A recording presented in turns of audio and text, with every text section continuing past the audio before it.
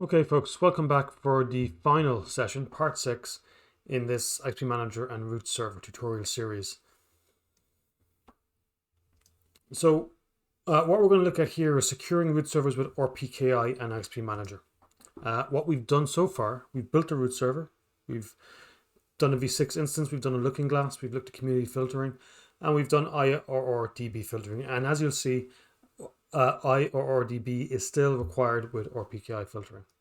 So, RPKI. What we saw with IRRDB is that an IRRDB entry, a root entry in an Internet Routing Registry database, was basically a prefix and an origin AS number. So RPKI is a cryptographically secure replacement for this. It is essentially the same thing, but it's cryptographically secure. It's much more controlled by the rears. You can only create RPKI objects for prefixes that you have actually been allocated through a regional internet registry. And the main difference is that it adds a maximum prefix length. So you can see that the RPKI entries are now triplets. We got an origin AS that we had with the IRRDB entry. We got the prefix that we had with the IRRDB entry, but now we also have a max length. So we don't need to worry about this allow more specifics anymore. The network, the layer, is required to say what the prefix is and what the maximum length that they're going to advertise for that prefix, which is great. To do RPKI filtering, we need what's called an RPKI validator, also known as a relying party software. To rely on something is to depend on it with full trust. So these validators, they download and they verify the global RPKI dataset. So all of the RPKI entries that people have set up in rears around the world, they're all downloaded and validated. And then they can be fed through a protocol called RTR to your root server. And then your root server can use that to verify the roots as advertised by the root server clients. There's a number of validators. There's NetNL Labs Rootinator. There's Cloudflare's OctoRPKI. I think that might be being stood down or at least migrated off to some other fork.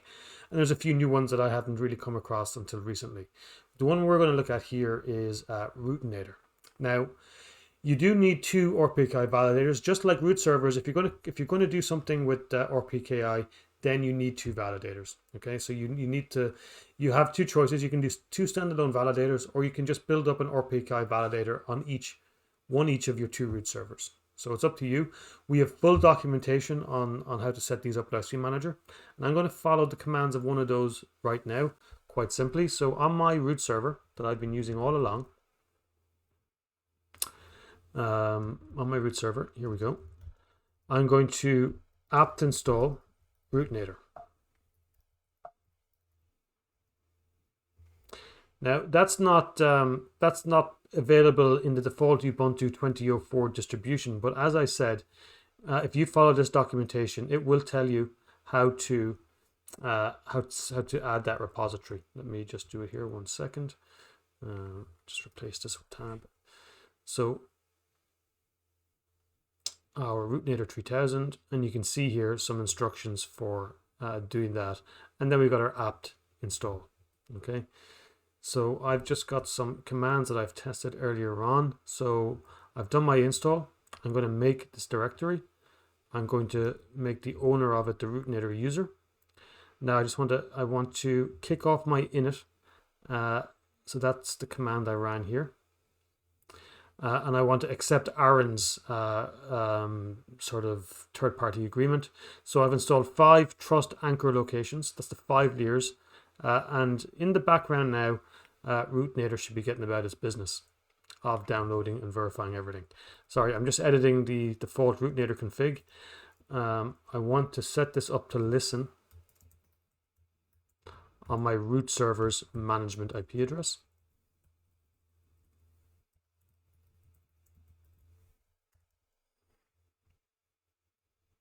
I want to enable it so that it starts at boot, and I want to just make sure it's started now. Okay.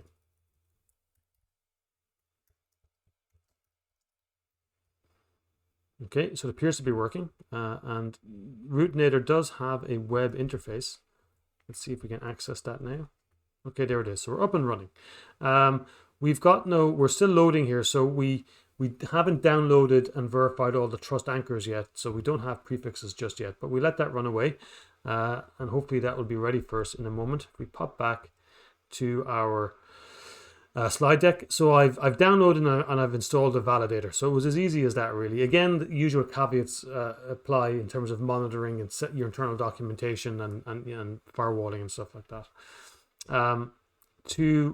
I need to tell IXP Manager where my available RPKI routers or TR protocols are. Now I've already added this to the IXP Manager config. So I'm on my IXP Manager server, just popping into /serve/IXP Manager, looking at my configuration file, joe.env. You can see down the bottom, I've told IXP Manager where my first RPKI local cache is. So it's on that IP address, and that's where the router protocol is listing. If I had a second one, which I should have, of course, but I don't in this demo, I'd copy that and I'd just change this to router 2 and 2. And again, that is all documented on docs.xpmanager.org. Okay, so you don't need to know that. That's all documented. And I need to enable RPKI for the routers in IXP Manager. So what that means is that, I need Joy here, no, not yet. In IXP Manager, under my routers, I need to edit these, and I need to enable RPKI filtering. And I'm going to save that. Okay. So what has that done? We'll have a look in a second. I'm going to just leave. I'm going to leave my rootinator run away there. It's not ready for me yet. That's fine. Let's continue with the slide deck. So RPKI and origin ASs. So RPKI, as we saw a while ago, provides this triplet of information, but particularly the origin AS and a prefix. What it doesn't tell us is any information about who should be allowed advertise that AS number. Okay, so just because a malicious network could advertise a financial institution's prefix and prepend their or append their origin, the bank's origin AS to the root, and advertise it to me, and I've got the correct origin AS and I've got the correct prefix, that will be RPKI valid. But this threat actor should not be able to advertise that route to my root server. So RPKI doesn't solve that problem. And that's why we still have to have IRRDB. So we still unravel those AS sets or just use that AS number. And we still check the origin AS using the IRRDB information. So we look at a root, we look at the origin AS, we see if it's in that peer's, that root server client's set of allowed origin AS numbers, and if it is, we move on to the RPKI check. But we check the origin ASN first, and that is and remains a critical element, and it's a problem that has not yet been solved in RPKI. We were hoping that that would be solved using something called AS cones. That didn't seem to get through, so hopefully in time there will be a good solution in RPKI for that particular piece of information. So what has this done to our configuration? Our root server configuration. So we had in our import filter, we had the IRRDB origin AS check. We saw that in part 5. And we had the IRRDB prefix check. And in between those two, we were skipping the RPKI check because it was not enabled. So we now have the IRRDB origin AS check and this new line. If filter RPKI, then accept. Otherwise, we do the IRRDB prefix check. So again, it's critical here. You can see that we're doing the origin ASN check before we do the RPKI check. If this returns true, then we're out of here. If it returns false, we move on to the IRRDB prefix check. So what is this filter RPKI? Right, this function is within, still loading here, that's fine. It's within my configuration now. So if I look at my standard config here,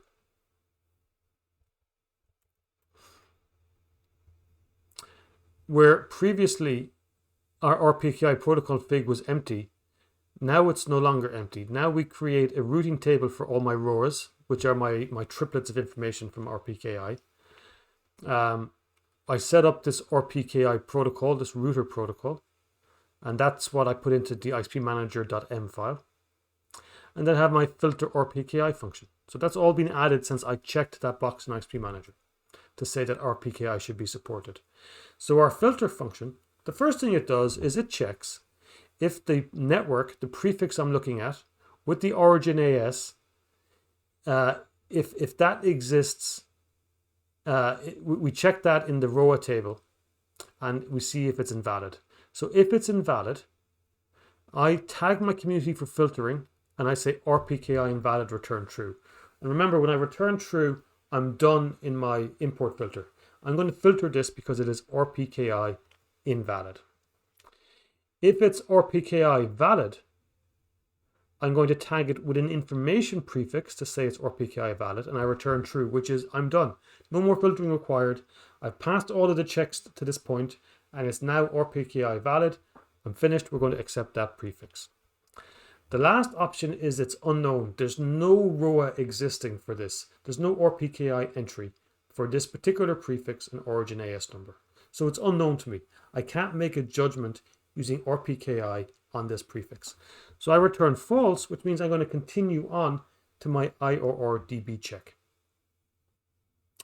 Okay, and that, my friends, is RPKI filtering. So there's a few things I want to just recap on this here. One of the most important things is that we can't have just RPKI. We must use the origin AS filtering in IRRDB. And because RPKI is relatively new, if it is RPKI unknown, we still need to fall back to IRRDB filtering. So we cannot have one without the other just yet. Now, any joy on this guy? So he's still loading. So we let him load. While he's loading, actually, what we might do is just set up one or two things here. So what I'm going to do is I'm going to go back to my looking glass for IPv4, and I'm going to look at what Aptus is sending me. So I'm getting 7 prefixes off Aptus. They're all good here.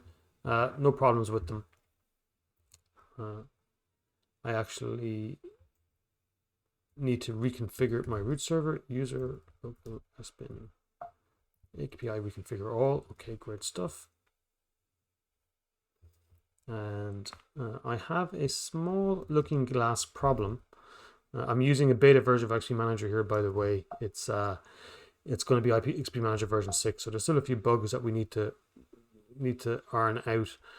In the meantime, what I'm going to do is just blow away my cache completely. Refresh this page. Okay, good. So I've blown away my cache, and now you can see that the prefixes I'm getting from Aptus, from this particular test network, are IRRDB valid because we did that in part 5, but they're RPKI unknown. I don't know if they're RPKI unknown because there's no entries or because we haven't loaded all the tals yet. So in either case, it's RPKI unknown, which is perfectly fine. I don't mind which one it is right now. So what I want to do is jump on here to my Aptus client config. And what I want to do is I want to send 4 naughty prefixes. 4 prefixes that this network should not be able to send. I'm going to reconfigure my my router here. Show routes. Let's see. Okay, and let's go back to my looking glass. Okay, we've got 4 new routes, but you can see with these new routes, they all come with an exclamation mark. These are blocked or filtered. What we're going to do is see why are they blocked or filtered. So let's have a look at this first one here. This is filtered because the root server is saying it's a bogon, it's a Martian. If we look at it, 172.16, that is private IP address space. That should be filtered because that is indeed a bogon. This guy here probably doesn't belong to this person. Okay, IRRDB prefix filtered. Let's see, who owns this?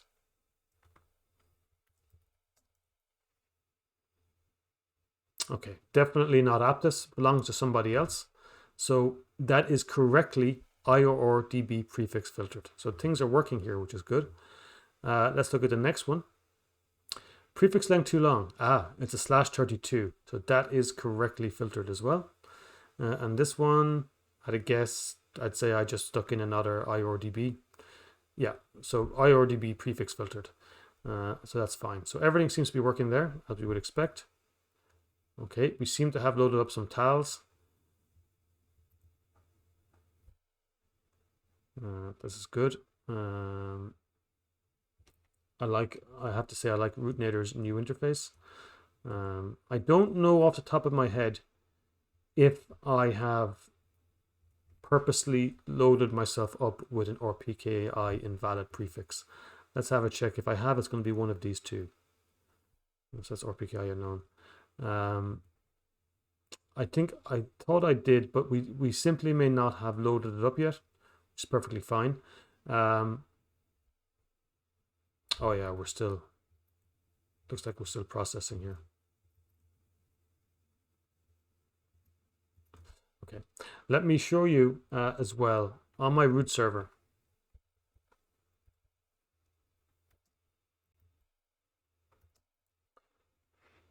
We pop in here.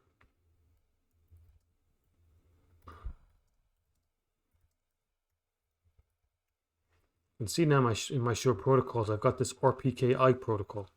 That's ever since we checked the RPKI box and added the config to the .m file, we now have an RPKI protocol.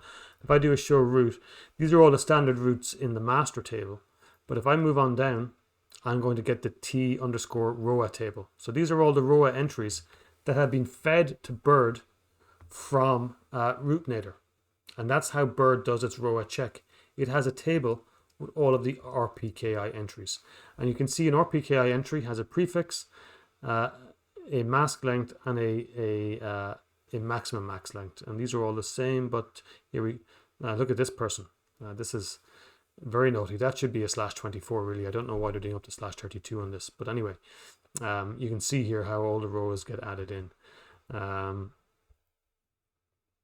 The other thing I wanted to show you as well actually was now that everything is up and running and we have a looking glass in IXP Manager, we know that this particular network has a bunch of filtered prefixes, and we can see those here. So just give this a second. Once I clicked on that link, what IXP Manager has done, it's gone off to all the configured looking glasses to see what prefixes are filtered for this network on import.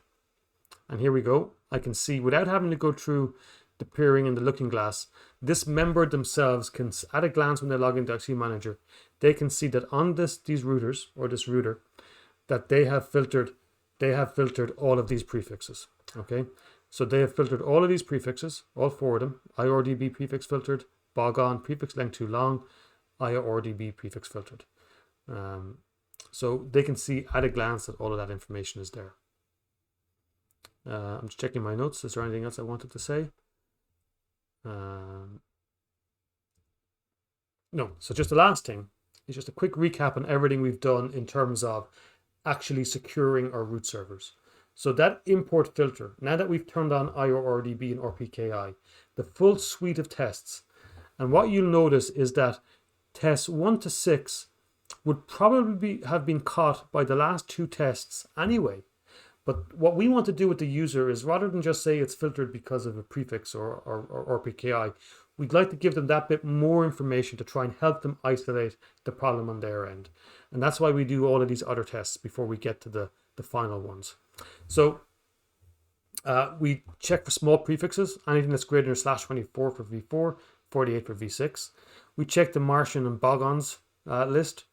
We ensure there's at least one AS and there's no more than 64. We ensure that the peer AS is the same as the first AS, belt and braces check. We prevent next hop hijacking. We filter known transit networks. We ensure the origin AS is in the set of ASNs from that member's AS set, or if they don't have an AS set, that it is their own AS. So that's trying to ensure that the prefix they're advertising, they should be able to advertise it. Then we have our RPKI. If it's valid, we accept it and it's done. If it's invalid, we drop it and we're done. There's no second chances with valid or invalid. An RPKI is a much more secure, much more assertive way of saying how you want your prefixes propagated by BGP on the internet. Only if it's RPKI unknown, only if you haven't gone and set up an RPKI entry, will we fall back to the standard IRRDB prefix filter. So again, look, that's it. That's part 6. There's an awful lot in those 6 parts. Thanks for watching. I'd love any feedback if you want to give it to me to barry.o'donovan@inex.ie. If you want me to go into any more detail on any specific stuff, just hit me up and let me know. Again, there's loads of documentation. Check out docs.ixpmanager.org. And lastly, I might write some of this up and put it on www.barryodonovan.com. And if I do, I'll link to that as well on the tutorials page. So I hope these were useful. Thank you very much, and talk to you next time.